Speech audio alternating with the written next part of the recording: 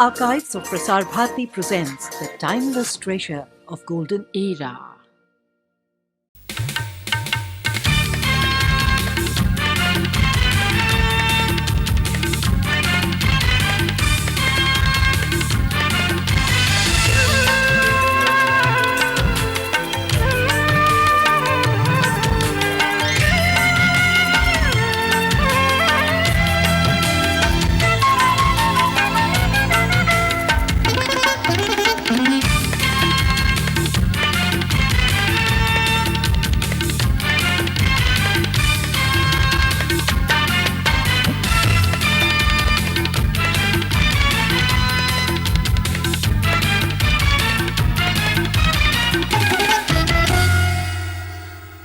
Hello and welcome to Living on the Edge. As you can see, the unpredictability of the weather has got us on the edge.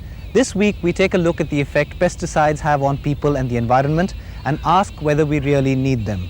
See how conservation is a way of life for this community, just as it's been for hundreds of years, and a look at the dangers of overbreeding pedigreed dogs. It was the widespread protests against the use of harmful chemical pesticides that sparked off the World Environment Movement in 1970. 2 years later, the United States banned the use of DDT and scores of other countries followed suit. But in India, it continues to be used with reckless abandon. So reckless that lakhs of our citizens suffer from pesticide poisoning, some with fatal consequences. Harmless pest control alternatives exist, but as Tisha Srivastava found, the people who really need to know about them don't. In 1976, food contaminated by BHC, a banned pesticide, caused an epilepsy epidemic in 36 villages in Lakhimpur Kheri in Uttar Pradesh. In Sabarkantha district in Gujarat, where groundnut, cotton and maize are grown, a National Institute of Occupational Health study found that 70% of all farmers who use pesticides suffered from headaches, vomiting and giddiness. In Malnad region of Karnataka, endrin and ethyl parathion residues in fish and crabs were responsible for serious bone deformities and crippling effects. Each of these incidents had only one thing in common: chemical pesticide poisoning. Every year, chemical pesticide poisoning afflicts over 25 million people in the developing world. There is no clear number of deaths that take place in India because most of these incidents are not reported. But what is it about pesticides that is so dangerous, so harmful? The word pesticide describes any chemical that controls or kills any pest, be it an insect, weed, or animal. Pesticides were first developed during the Second World War to control diseases that could affect soldiers fighting in alien conditions. In India, chemical pesticides came to be used during the Green Revolution when grain production was sought to be increased by all available means. In fact, the use of chemical pesticides has increased so much that we are the fourth largest consumer in the world today. Green Revolution which we had in our country was basically a revolution of pesticides. Like in 1950, our consumption was only 2,000 ton, and then in 80s it reached up to 1 lakh ton. Naturally, it gives immediate output to control all these things. But you see, over a period of time, these pests, they even develop immunity to these chemicals. Now the question is that whether one should change these pesticides also. It will eradicate pests. Pests develop resistance. For example, houseflies in Sweden have become resistant to DDT. It is more than effective in removing pests. It kills natural predators of pests and pollinators as well. Of the 1 million species of insects around us, only 0.5 to 1.5 are really pests. Its effects last for a long period. It is non-degradable and breaks down the resistance of the plant, results in soil erosion, degradation, and alkalinity by percolating into groundwater. It leads to higher yields. High yields, the chemical way, demand high overhead costs of more and more chemical inputs. It is the modern way of practicing agriculture. Involves greater expenditure on diesel, electricity, and farm machinery. There is higher pressure on land as crop rotation is abandoned. It is not cost effective for 70% of our farmers who have only marginal land holdings. Our eyes hurt, we get headaches, feel faint, even the smell of DDT gives us gastric trouble. Because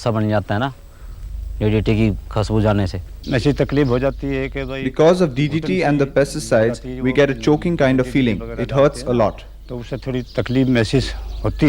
The input has gone up 4 times, 5 times, 10 times higher.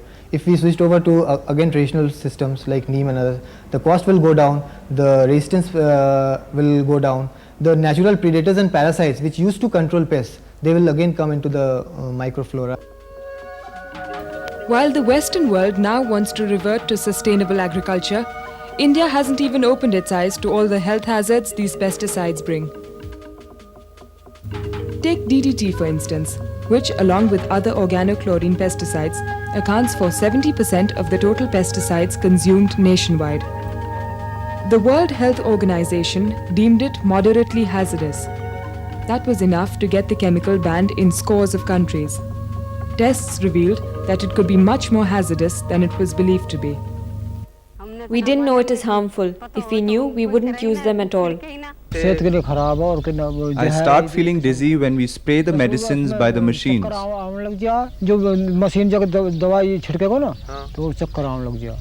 From epilepsy to skin diseases to rashes to problems with the eyesight, asthma. I mean, these are the immediate dangers that come on even short use, you see. But the long-term uses creates abortions, reproductive failures in women particularly, and also eventually the danger of cancer. Germany has said no to our tea, coffee and plantation crops, and we are going to lose our export, and the farmers are not wise enough right now, but after some time when they will see that they are not being exported outside, they won't buy it, they won't use chemicals, so ultimately they have to come to these neem and other products. Though the loss of export earnings has got the government worried, it hasn't taken any measures to come to grips with the problem as yet. There have been no education programs for the farmers, and pesticide poisoning hasn't yet been notified as a disease. We know some of the ill effects, but there is no alternative. This is the only thing available in the market, so we use it to spray. There is no choice. Recently, we have done one study in Bombay with the Bombay Municipal Corporation workers who spray these pesticides for malaria control and for plague control. And what we have found that there are a large number of workers who are suffering from various diseases, and diseases like diminishing eyesight, then cardiovascular problems, then digestive system problems. One thing which we forgot was about educating the people how to use these things. Like most of the, even you see the best product which comes to market, it has all the precautions written in English, which is not the local language of the person who is using it. The consumer is a person who can force the industry even to change its attitude. In India, that's impossible because consumers never have enough information about anything. Do you know how much DDT is present in your milk? Government laboratories regularly check for pesticides in milk and food, but their reports are never made public. All over the world, chemical pesticides are being replaced by eco-friendly alternatives. Neem is perhaps the best example. Over 200 pests can be repelled by neem, and it has no harmful side effects. But as long as chemicals are seen as the only solution to the pest problem, the organic option will never be considered on a wide enough scale. Even in the last budget, the duties were reduced on manufacture of ingredients for pesticides. They have now made it obligatory that the pesticides poisoning in the states will be reported. But when you see the actual thing, either they are not reported or they are underreported. So there's a feeling that there's no problem. One incident when in Andhra Pradesh, Guntur district, the whole cotton industry failed in 1987 because of use of synthetic pyrethroids and development of resistance. and few of the farmers committed suicide because they became bankrupt. When you see what agriculture really means to people in this country and just how dependent they are on it, it does make sense to provide them with a safer, better, and more sustainable alternative. Especially when the so-called developed world has learnt by trial and error, and we still have a choice.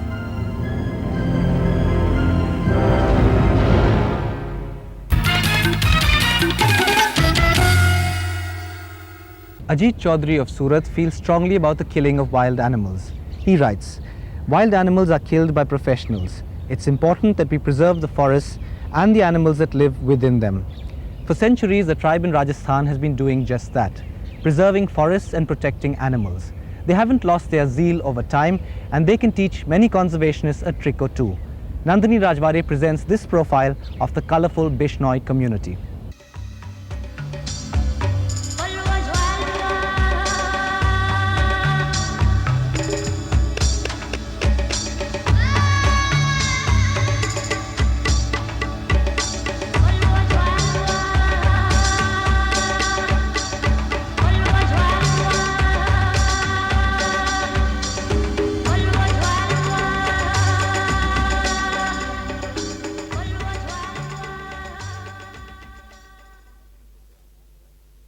"500 years ago, in the arid northwestern part of Rajasthan, a new sect came into being.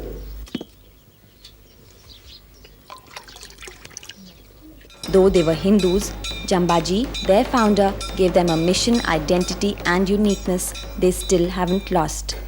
The reason for their existence, he told them, are 29 edicts that have become pillars of the Bishnoi religion. Transformation of the desert into lush, fertile land and the protection of wild animals was their everlasting goal," said Jambaji. The success of his teachings can be gauged by the fact that no other community is as committed to conservation as the Bishnois.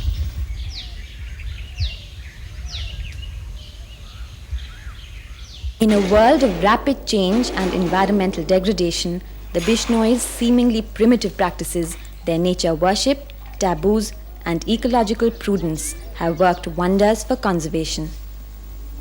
Though the tribe is dependent on plant and animal resources, they have evolved a working relationship with nature that is almost legendary.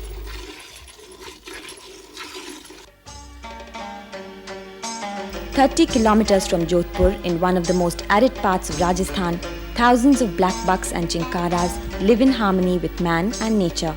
Their home is a 500 square kilometer scrub forest. The animals are dearer to these tribes than their own lives." हमारे गुरु महाराज ने एक वाणी में कहा था कि जंगल में एक जीव बनाया, उसका नाम मृग धराया, उस मृगा ने गोली बावे तो 4 खूंट में खत्ता खावे. According to our Guru, life in the forest exists because of the deer. You kill it and you will never get place in heaven. In the forest there is a tree. It is called khejari. You protect the khejari and you go to heaven. Years ago, our people couldn't count. After 20 we would say 21, 22, 23, and so we came to 29 and therefore Bishnoi. 2 of the 29 commandments prohibit the felling of green trees and killing of animals. Not only that, the tribe is committed to protecting trees and animals from outsiders too.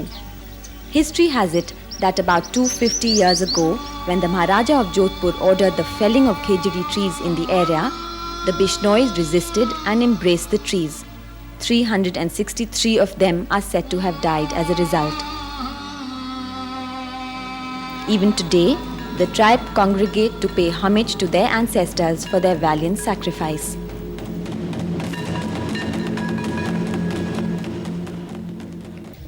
But there's more to this illustrious tribe than just their love for nature. They've grown rich on the illegal trade in opium. Agriculture only sustains them. It is drug money which allows their women to buy expensive gold and silver ornaments.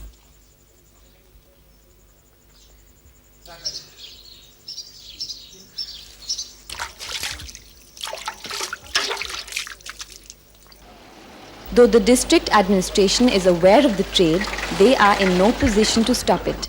The tribe is as fierce about animal protection as it is about its right to trade in opium or even to get high on it.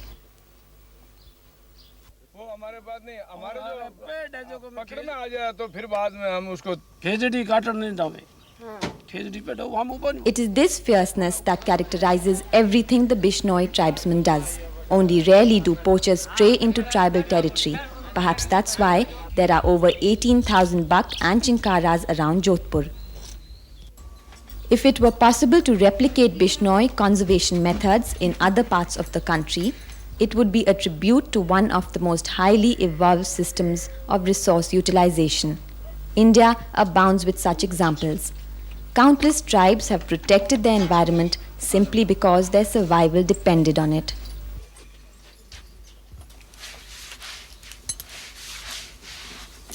The harvest of certain wild plants used to be restricted to certain days of the year to prevent overutilization.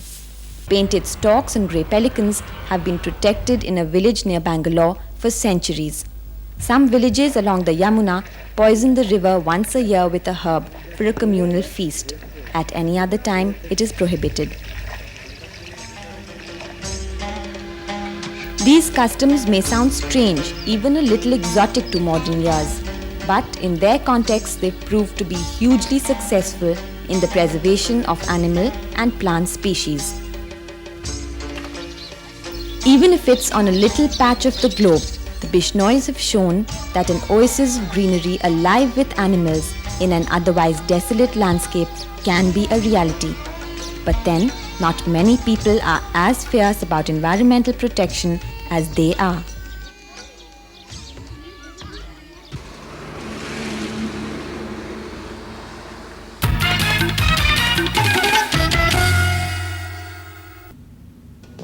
Meet Oscar, Crystal, and Argos.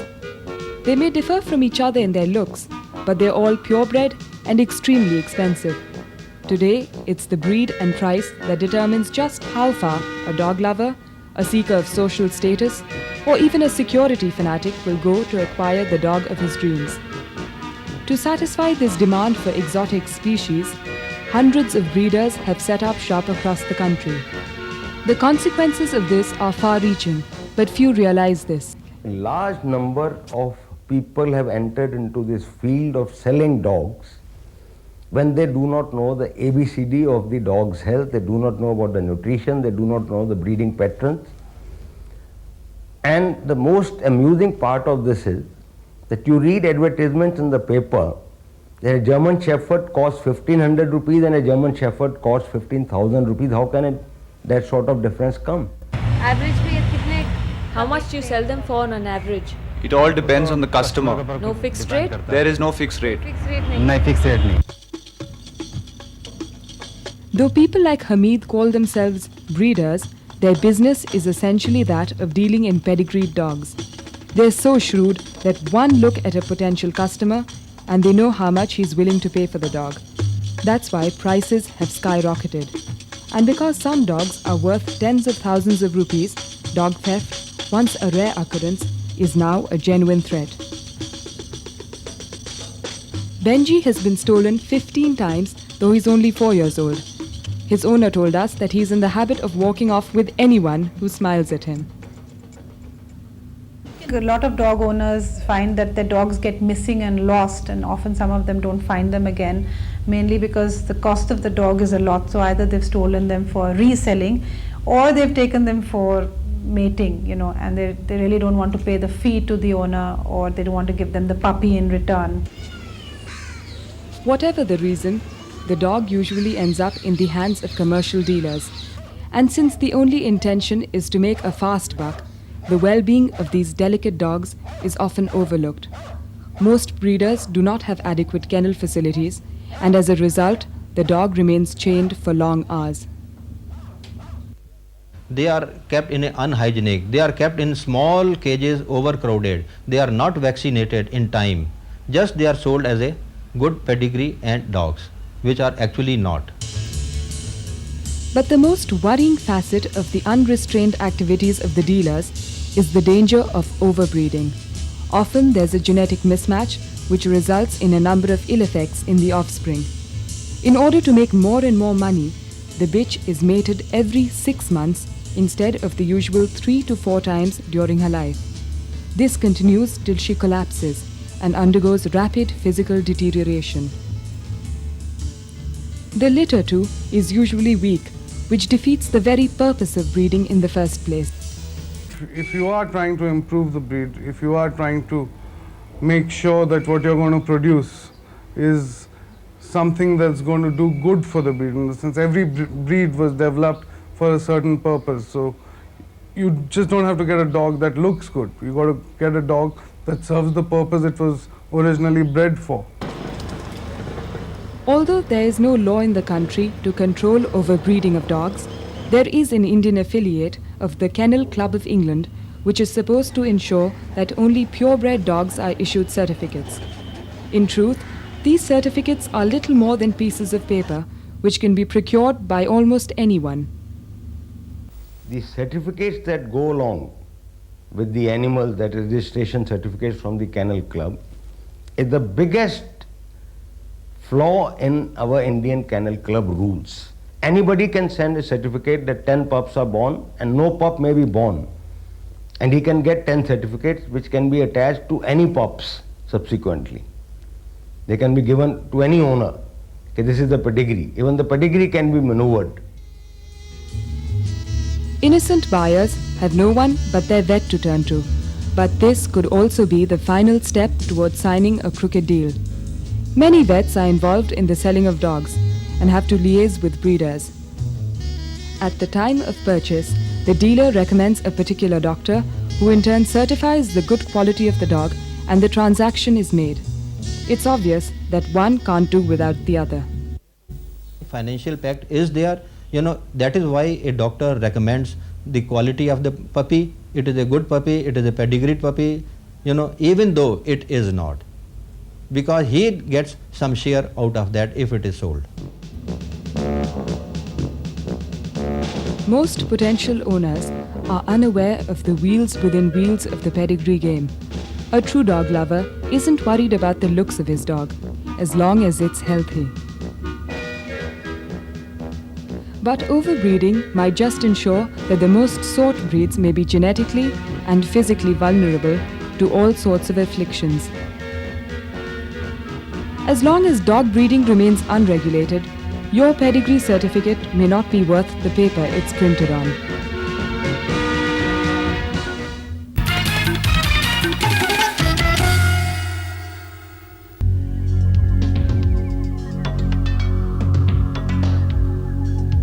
Parental smoking is responsible for at least 17,000 admissions to hospitals each year of children under 5 years.